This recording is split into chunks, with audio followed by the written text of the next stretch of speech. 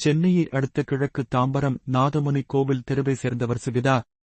இவரது அக்கா மகனுக்கு கீழ்ப்பாக்கம் பகுதியில் உள்ள ஒரு தனியார் மருத்துவமனையில் அறுவை சிகிச்சை நடைபெற்றதால் அதற்காக ரூபாய் 3 லட்சத்தை எடுத்துக்கொண்டு ஒரு ஆட்டோவில் மருத்துவமனைக்கு சென்று கொண்டிருந்தார்.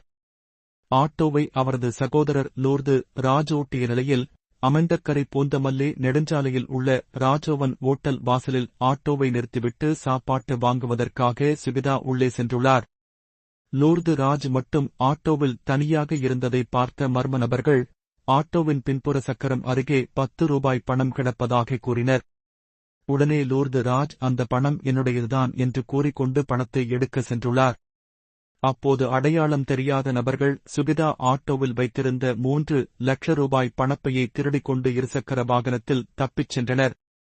சாப்பாடு வாங்கிக் கொண்டு வெளியே வந்த சுகிதாவிடம் நடந்தவற்றை லூர்து ராஜ் கூறியதை கேட்டு அதிர்ச்சி அடைந்த சுகிதா இச்சம்பவம் குறித்து அமெண்டக்கரை காவல் நிலையத்தில் புகார் அளித்தார். அதன் பேரில் போலீசார் வழக்கு பதிவு செய்து சம்பவ இடத்தில் பதிவான சிசிடிவி காட்சிகளை கைப்பற்றி கொள்ளையர்களை தேடி வருகின்றனர்.